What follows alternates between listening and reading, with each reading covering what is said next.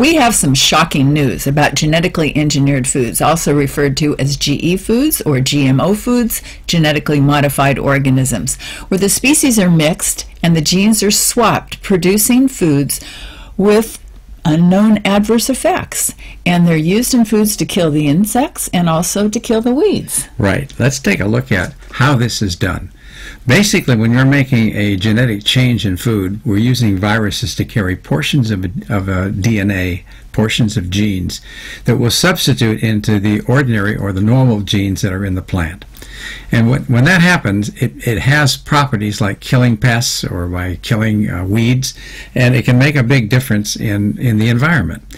We also have some good uses for it, too. In medicine, we're using gene therapy for some really important things, Vicki. Things like making insulin or making clotting factors for people who have hemophilia, or growth hormone for people who have stunted growth, or different kinds of hormones that the body needs.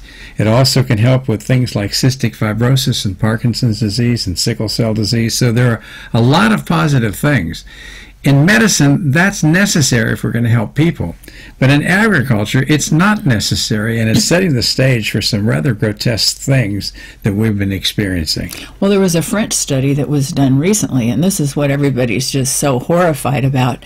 And it showed that rats that were fed genetically modified corn ended up developing, the females ended up 80% of them with breast tumors, or they call them mammary tumors, but in humans we call it breast cancer, and 70% of them died. And these tumors were just huge and grotesque. And also the male rats, 50% of them were dying of liver and kidney failure. So we're looking at a problem that's not a minor one, and that we need to do something about it. It needs to be stopped. It's just experimentation on a population. The real, which is us, and the real problem is that what the companies are, that Monsanto and DuPont and others that are making these GMO foods, the problem is they're doing short-term studies, maybe for a few months or maybe even a year.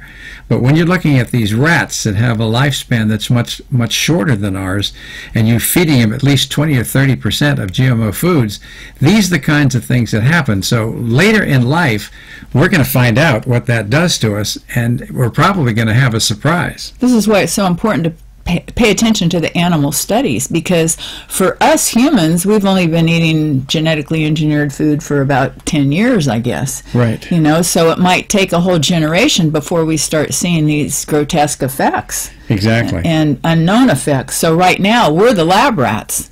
So we need to pay attention to these animal studies. Exactly. So when we're doing an experiment like this and we don't know what the outcome is, there's going to be some shocking things that develop. And when we have studies that are beginning to show that we have a problem, we should take note of that. Because when we see what's happening to the animals, I mean, we're probably next. Now, I know we're not rats, but there are a lot of similarities in what happens in animal studies and what happens in human studies. And the FDA is not regulating people or any of these companies that are making GMO products. It's leaving it to the companies to use their, quotes, integrity, which they don't have much of, because their bottom line is return on investment. Well, also, the Roundup that's used on these genetically engineered plants, the Roundup is in our water and in our air, and it's in our blood, because they've done tests that have shown this.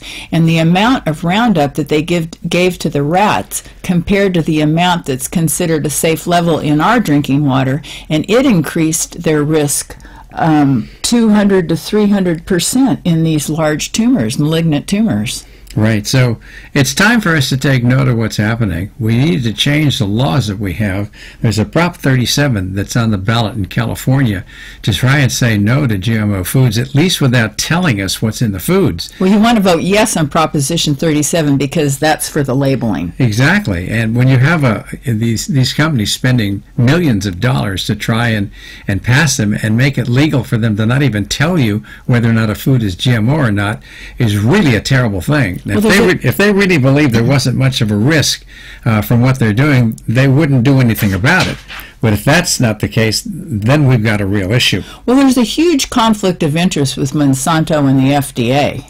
and the FDA doesn't do the test. They just turn it over to Monsanto and DuPont and the other large corporations that make these genetically engineered Well, talk foods. about conflicts of interest. I mean, it can't get much worse than So that. they tell them that it's up to them and that they're responsible for doing the test. Well, what about us? Well, what about the people? Who's taking care of us? You can bet it's not Monsanto. I mean, these are the same people who were telling us that DDT and Agent Orange was a safe thing for the environment. And the researchers that they hire have been getting in trouble if they expose and tell what the results of the tests are. They fire them. They do things There's to a lot ruin of their intimidation. reputation. They just get rid of their The bottom jobs. line here is that these companies they don't really have much of a care, any concern for the people that they're serving these products to.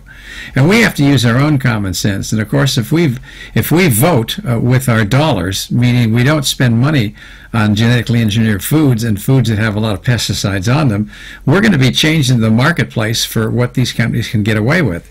So it's up to us to pass legislation, vote yes on Prop 37, and if that happens in California, chances are there are going to be other states that are going to follow the lead, and maybe we can put enough pressure on these basically evil corporations that are not interested in us, interested in their own bottom line, which is money.